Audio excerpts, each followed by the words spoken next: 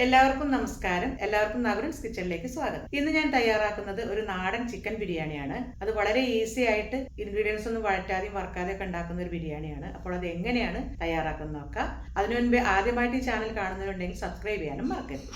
4 cup കൈമ അരി എടുത്ത് നല്ലപോലെ ഒന്ന് കഴുകിയതിന് ശേഷം ഒരു 20 തൊട്ട് 30 മിനിറ്റ് വരെ ഒന്ന് കുതിർക്കാൻ വെക്കുക. നല്ലപോലെ കുതിർന്നതിന് ശേഷം ഒന്ന് ഊറ്റി വെക്കുക.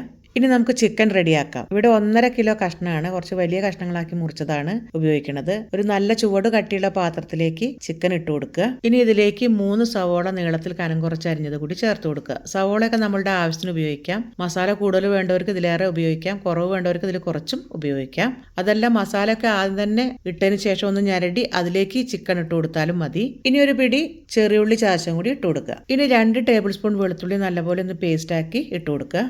ഇനി ഇഞ്ചി നല്ലപോലെ ഒന്ന് ചതച്ചത് 1.5 ടേബിൾ സ്പൂൺ ഇട്ട് കൊടുക്കുക. പച്ചമുളക് 15 എണ്ണം ചതച്ചതാണിത്. എരിവിനനുസരിച്ച് കൂട്ടിയോ കുറച്ചോ ഇട്ട് കൊടുക്കാം. ഇതൊക്കെ ചതച്ച ജാറിൽ തന്നെ നമുക്ക് 1 ടീസ്പൂൺ കുരുമുളകും 1 ടീസ്പൂൺ പെരിഞ്ജീരകം, പച്ച പെരിഞ്ജീരകം അല്ല, അനീസീഡ് എന്ന് പറയുന്ന സാധാ പെരിഞ്ജീരകമാണ് ഉപയോഗിക്കേണ്ടത്. അത് ഒന്നുകൂടി നല്ലൊരു ഫ്ലേവർ കിട്ടും. ഇത് നല്ലപോലെ ഒന്ന് അരച്ച് ചേർക്കാം. ബിരിയാണി മസാല ഒരു 1.5 ടീസ്പൂൺ ഇട്ട് കൊടുക്കാം. ഇത് മണത്തിനനുസരിച്ച് കൂട്ടിയോ കുറച്ചൊക്കെ കൊടുക്കാം. പുതിനയില ഒരു പിടി ചതച്ചത് ഇട്ട് കൊടുക്കാം. മല്ലിയില ഒരു 1.5 പിടി ചതച്ചത് ഇട്ട് കൊടുക്കാം. പുതിനേക്കാളും കൂടുതൽ മല്ലിയിലയാണ് ഇട്ട് കൊടുക്കേണ്ടത്. 2 തക്കാളി സ്ലൈസസ് ആയി അരിഞ്ഞത് കൂടി ഇട്ട് കൊടുക്കുക. ഇനി വേണ്ടത് ഉപ്പാണ്. ഇത് 2 ടേബിൾ സ്പൂൺ കല്ലുപ്പാണ് ഇട്ട് കൊടുത്തിരിക്കുന്നത്. പൊടിയുപ്പ് വേണമെങ്കിൽ ഉപയോഗിക്കാം. ആവശ്യത്തിനനുസരിച്ച് ഇട്ട് കൊടുക്കാം.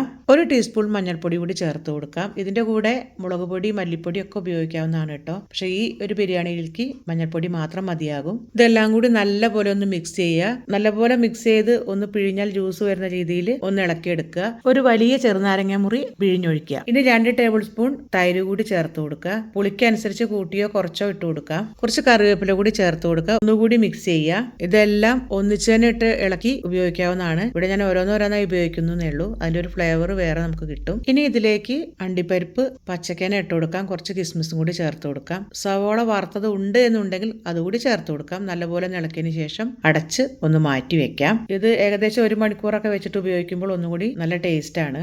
അടുപ്പിൽ വെക്കാൻ നേരം ഇതിലേക്ക് ഒരു 1/2 ഗ്ലാസ് വെള്ളവും കൂടി ചേർത്ത് കൊടുക്കുക. നമ്മുടെ ജാറൊക്കെ ഒന്ന് കഴുകി ഒഴിച്ചു കൊടുത്താൽ മതിയാകും. തീ ഇപ്പോൾ കത്തിക്കേണ്ട ആവശ്യമില്ല. നമ്മൾ ചോറിന് ദമ്മിട്ടതിന് ശേഷം കത്തിച്ചു കൊടുത്താൽ മതി.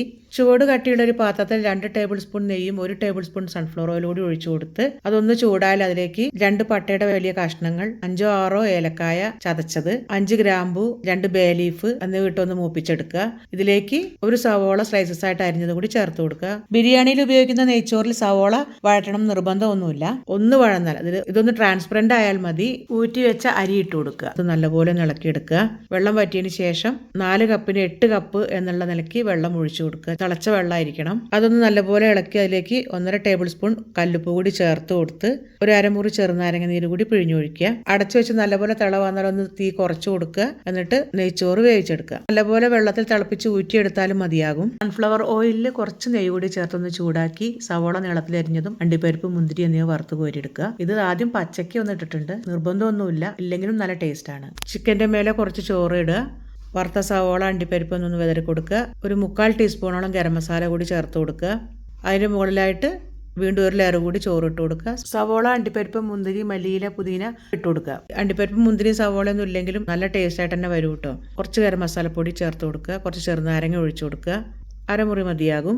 കുറച്ച് നെയ്യ് കൂടി ഒഴിച്ചു കൊടുക്കുക. മുകളിൽ മഞ്ഞ നിറം വേണമെന്നുണ്ടെങ്കിൽ ഒരു ലേശം മഞ്ഞപ്പൊടി ഒന്ന് തൂവി കൊടുക്കുക. പാലിൽ കുങ്കുമപ്പൂ കുതിർത്തത് വേണമെങ്കിൽ ഇട്ട് കൊടുക്കുക കേട്ടോ. ഈ മഞ്ഞപ്പൊടി തന്നെ ധാരാളം മതി, നല്ല കളർ തന്നെ കിട്ടും. ഇനി നല്ലപോലെ ഒന്ന് ഫോയിൽ പേപ്പർ വെച്ച് അടച്ചു വെക്കുക. ഇല്ലെങ്കിൽ ഗോതമ്പ് മാവ് കുഴച്ച് ഒന്ന് സാധാരണ ദമ്മിടുന്ന പോലെ ചെയ്യാം. പക്ഷെ ഇത് വളരെ ഈസിയാണ് ഇങ്ങനെ ചെയ്താൽ. തീ ഒന്ന് കൂട്ടി പാത്രം ഒന്ന് ചൂടായി കഴിഞ്ഞാൽ മീഡിയം ഫ്ലെയിമിലിട്ട് നല്ലപോലെ ഒന്ന് ആവി വന്നതിന് ശേഷം അളവിനനുസരിച്ച് സമയം അങ്ങോട്ടും ഇങ്ങോട്ടും മാറും. ഇവിടെ ഒരു 12 മിനിറ്റ് കഴിഞ്ഞപ്പോൾ ആവി വന്നു. ഇനി തീ ഒന്ന് കുറച്ച് കൊടുത്ത് ഒരു 10 മിനിറ്റ് കൂടി ദമ്മിടുക.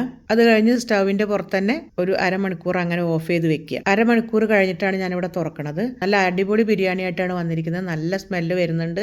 ചോറ് നല്ലപോലെ സോഫ്റ്റായി വെന്തിട്ടുണ്ട്. വെന്ത ചോറ് തന്നെയാണ് ഇട്ട് കൊടുത്തിട്ടുള്ളത്. പക്ഷെ അത് ഓവർ കുക്ക്ഡ് ഒന്നും ആയിട്ടില്ല. ചിക്കൻ നല്ല സോഫ്റ്റ് ആയിട്ട് വെന്തിട്ടുണ്ട്. മസാലയൊക്കെ നല്ലപോലെ പിടിച്ചിട്ടുണ്ട്. അതിന്റെ അടിയിലൊന്നും പിടിച്ചിട്ടില്ല.